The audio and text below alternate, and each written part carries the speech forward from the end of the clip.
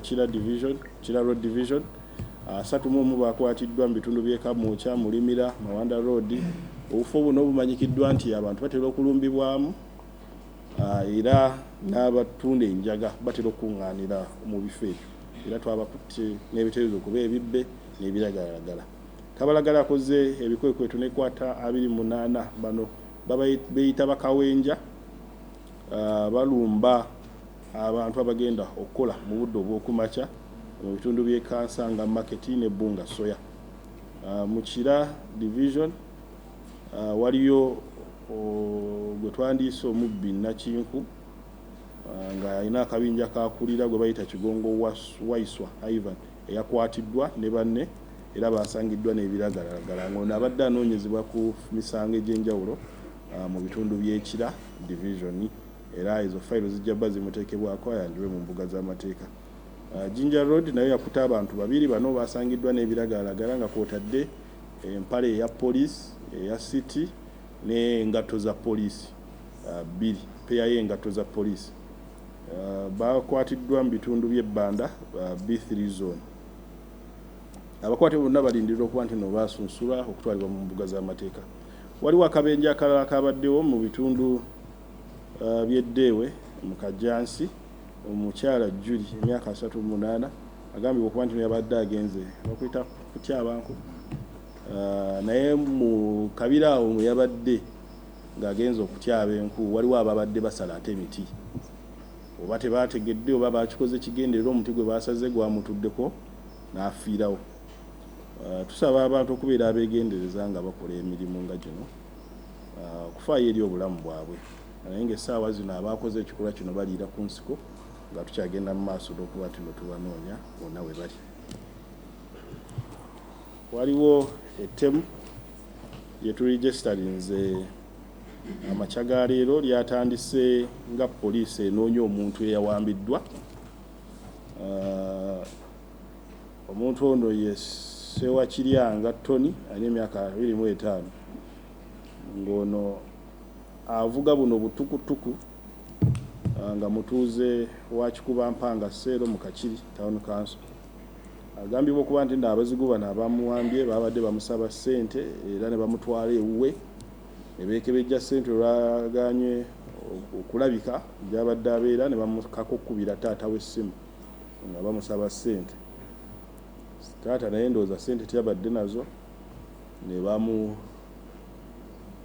bamutuusaako obulabe. Wabula mu lunaku olwo lwennyini tulina omwami gwe twakutte mu kunoonyereza kwe twakoze okwamangu mangu. Ono ye Magala Ibrahim alina emyaka 27 muzimbi naye nga twamusanze n'ejjampa eno yabaddeko omusaayi ne tumusanga n'akambe kabaddeko omusaayi, tumusanga n'essimu eteebuza okuba nti no ya mugenzi ne tumusanga n'essimu ya Samsung ne tumusanga n'akatambaala nga kwotadde n'ennyondo. Kunoonyereza kukyagenda mu maaso okulabira ddala nti oba ono alina akakwate naye njagala okakasa nti amakya ga leero omwami ono eyabadde awambiddwa tumusanze mu kabira nga mufu.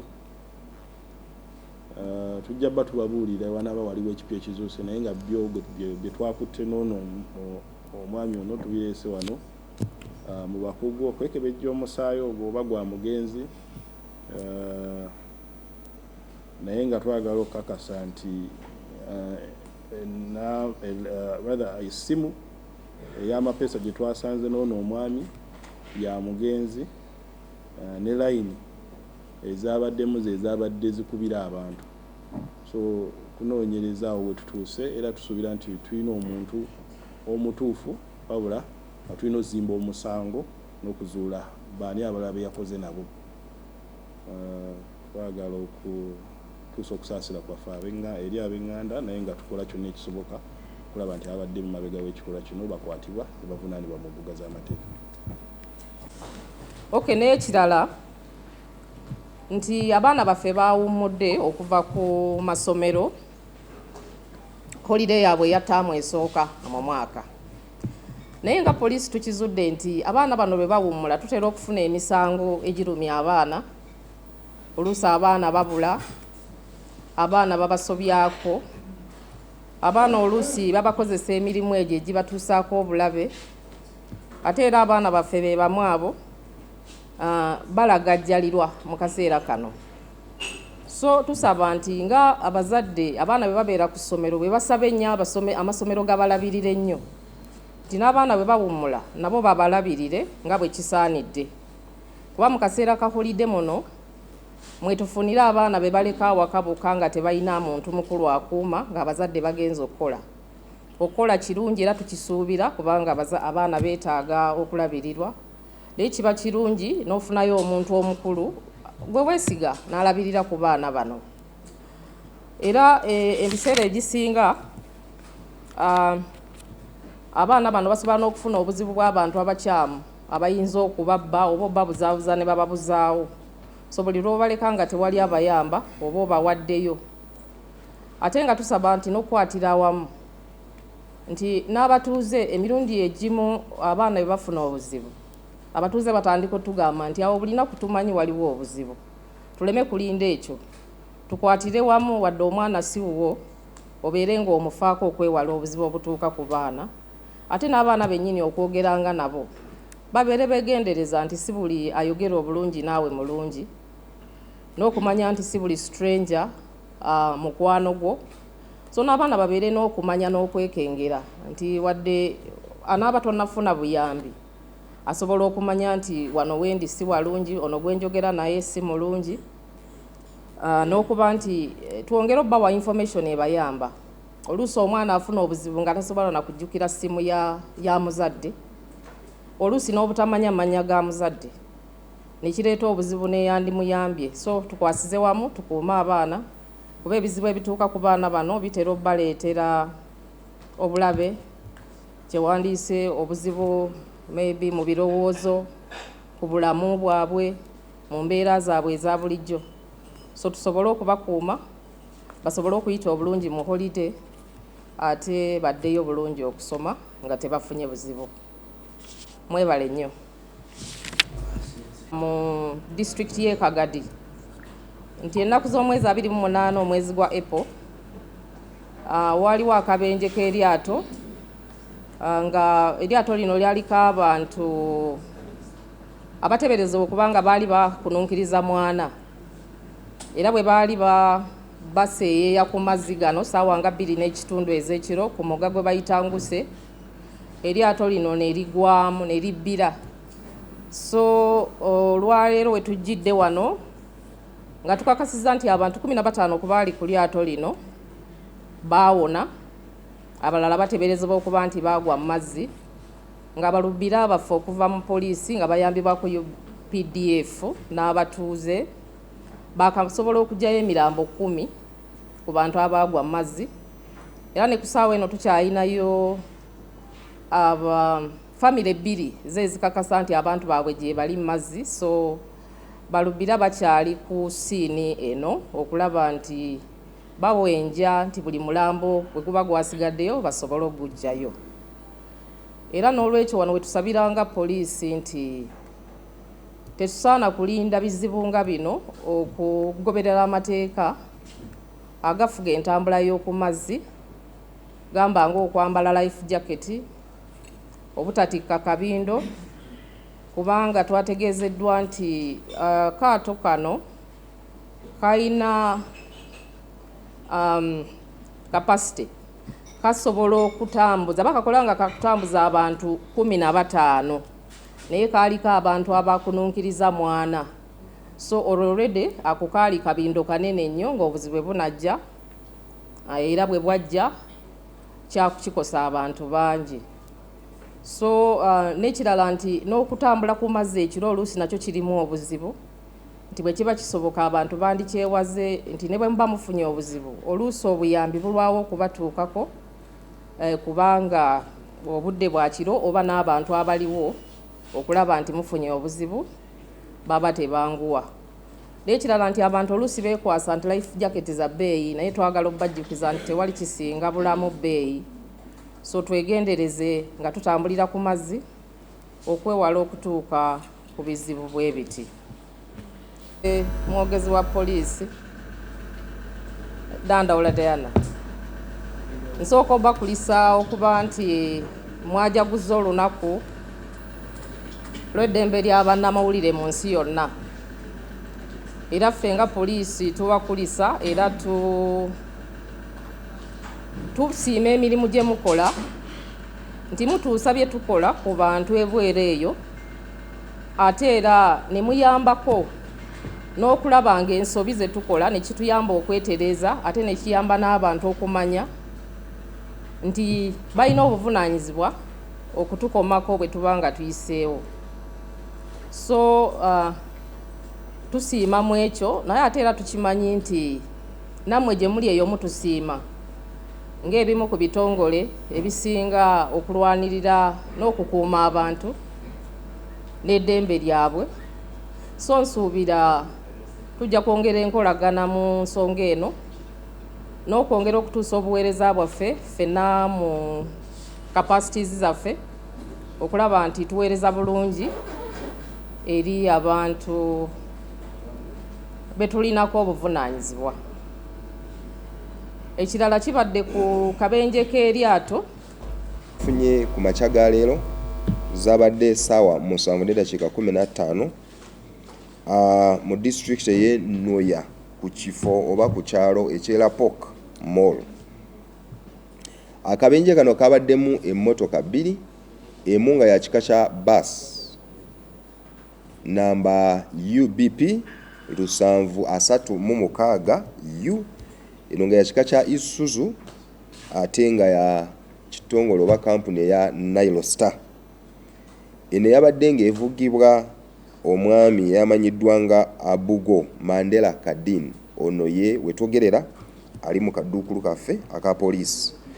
N'emmotoka endala ey'ekika kya trailer eno nga namba SSD 04A SSD 498 C, eno nga ya kika kya Benz Actros. Okusinziira mu kunoonyereza okwakakolebwa kigambibwa nti ono omugoba owa bus bwe yabadde ng'atambula adda Arua yagezezaako okubanga ayisa emmotoka endala z'amubadde mu maaso, eno nga nazo za bus, era kwe kutomeragana ne trailer eyabadde nga emuviira mu maaso. Era olwako akabenje abantu 4 ababadde batambulira mu bus ne bafiirawo awo ku ssiini, n'abalala 16 ne bakosebwa abatwaliddwa mu ddwaliro erya Annaka, nga bakatuusibwa abalala 3 nabo ne bafa.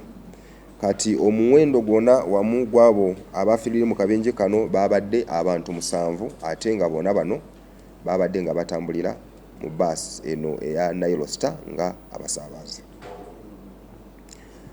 Ate nti ababadde nga batambulira mu bus eno, omugoba w'eno bus yavudde emabega ng'avuga obubi, ate nga bwe bagamba kondakita okumugamba n'akendeeza speed oba n'alekera okuvugisa ekimama, naye kyaviiridde omwo ono yasobodde okubanga ate nga avuma abamugambye okugamba driver okukendeeza endiima n'okulekera okuvugisa ekimama.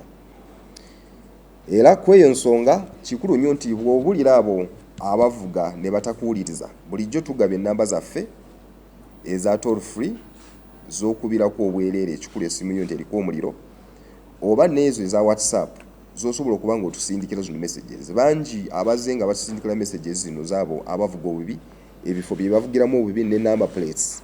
Era kikulu ku nsonga eno nti mmotoka gy'olinnya kikulu nnyo okugiwandiika number plate, nti bw'olaba ebitali birungi ku mikutu gyaffe gya WhatsApp enamajja zigaba nga maliriza, osobola okuba nga otuteerako ezo messages, kubanga waliwo n'omuze guno nti abasaabaze benyini bajja kukwataki nga tatotandisa okukola ki, okutukubira essimu, naye kitaasa eri obulamu bwammwe.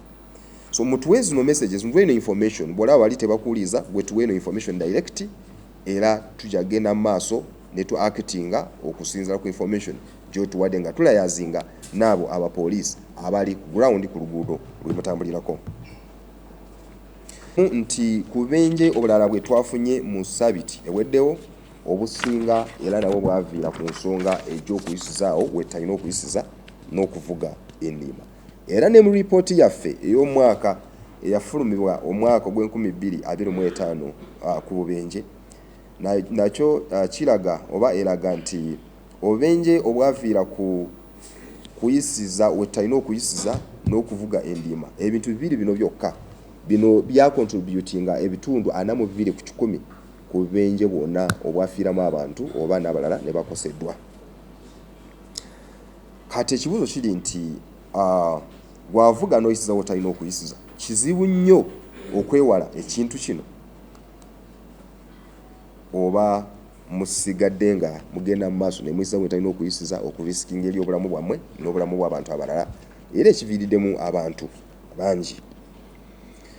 Anti n'obubenje buno tutera kubufuna oba okubulaba mu budde obw'ekiro.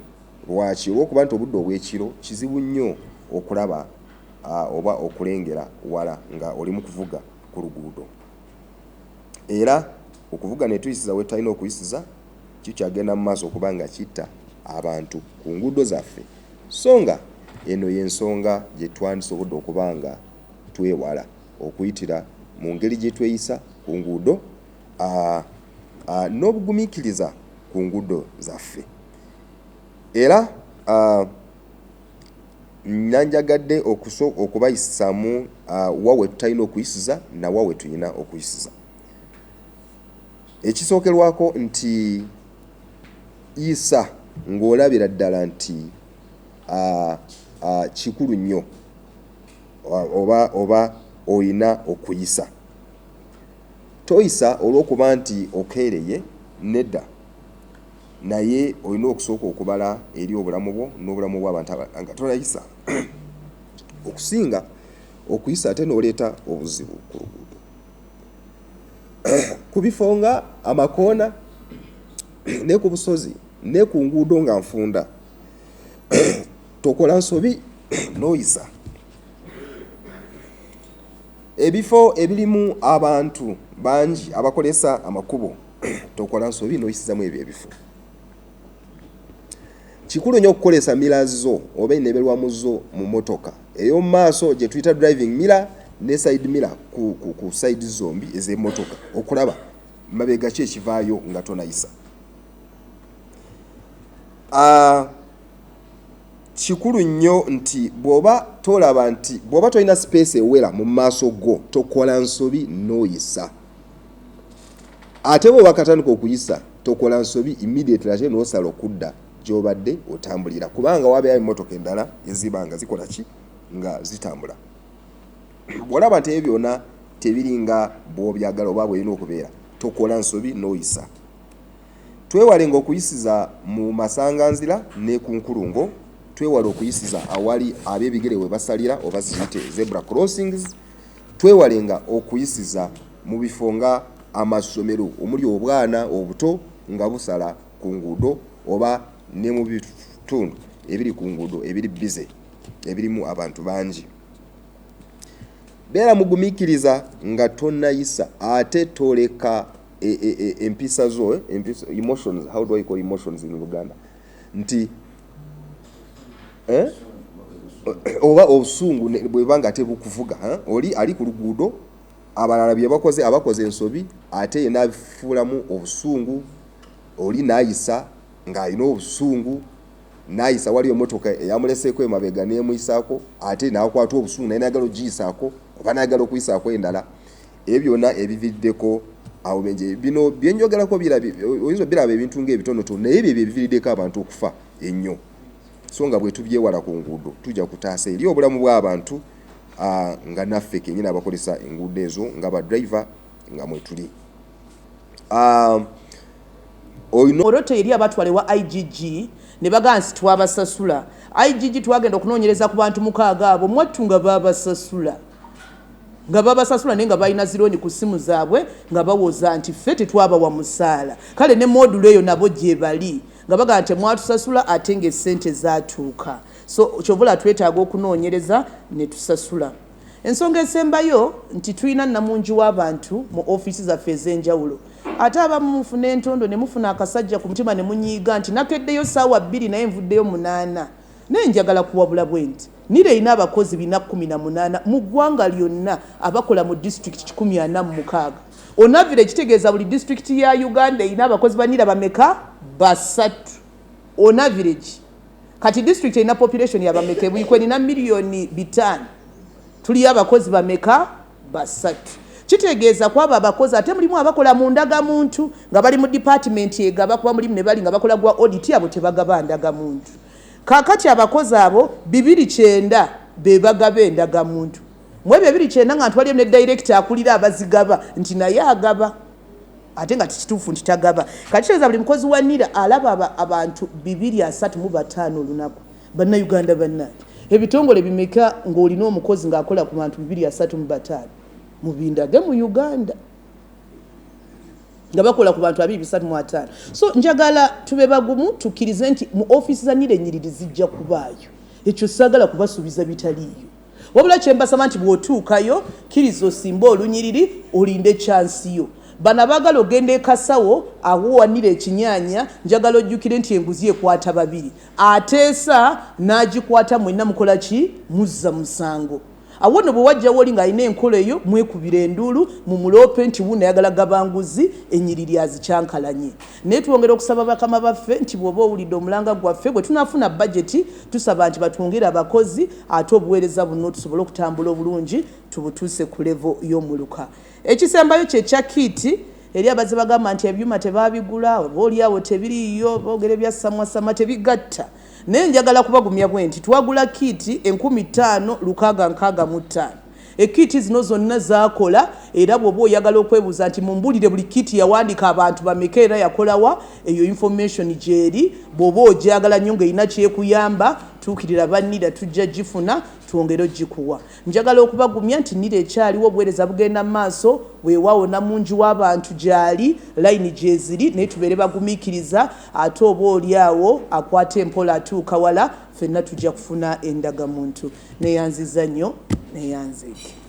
Waliyo kyenjagala oga nti newankubadde tusasudde omwezi bilioni 6.8 buli mwezi batubanjeyo bilioni 1.5 zokka. Obutundutundu butini bwe buti kuba omwezi bwe tuba tusasula bilioni 8 tuga nti project yonna emyezi 8 batubanja bilioni 1.5 nze ndowooza ezo si nnyingi ate nga ne zino obutazisasula kyava ku ki essente bulijjo zibawunsinga kyosobola okusasula omuntu essente system bwefunamu obuzibuzibu obutonotono essente nga zibawunsinga mwatu bwe zibawunsinga tetuddamu ne tuweerezaawo naawo tusooka kukakasa ne tunoonyereza ne tukebera ne tukakasa nti ddala essente zabawunsinga ekyo nno kiyita mu ba auditor n'abantu abamanyi okwekennenya ensonga ezo bwe bakebera ne bazuula nti tezagenda ate ne basobola okuziweereza neera naye ng'okunoonyereza kuwedde essente zino tujja ziweereza era mube bagumu nga baabulira b'olugambo nti gavumenti bw'ogibanja oba kushuwa ddiru nti ejja kusasula okunyaga eyo DNA tetugiinaayo mu gavumenti tuli basasuzi nno ddala naye ate muli okulayira essaawa yonna ebikwekweto mubiraba bigenda mu maaso poliisi ekola ebikwekweto buli lunaku ebyeri abo abamenyi b'amateeka so ndowooza deployment ya bulijjo era mulina kugisiima nti yo weeri teriwo okutiisatiisa muntu yenna. You all aware we have swearing in coming in. Of course, that is part of the preparations and also the fact that we are always on a daily carrying out disruptive operations to see that we rid Kampala Metropolitan of gangsters, thugs, and crime in general. So the deployment is very normal and people should take it as is. Thank you.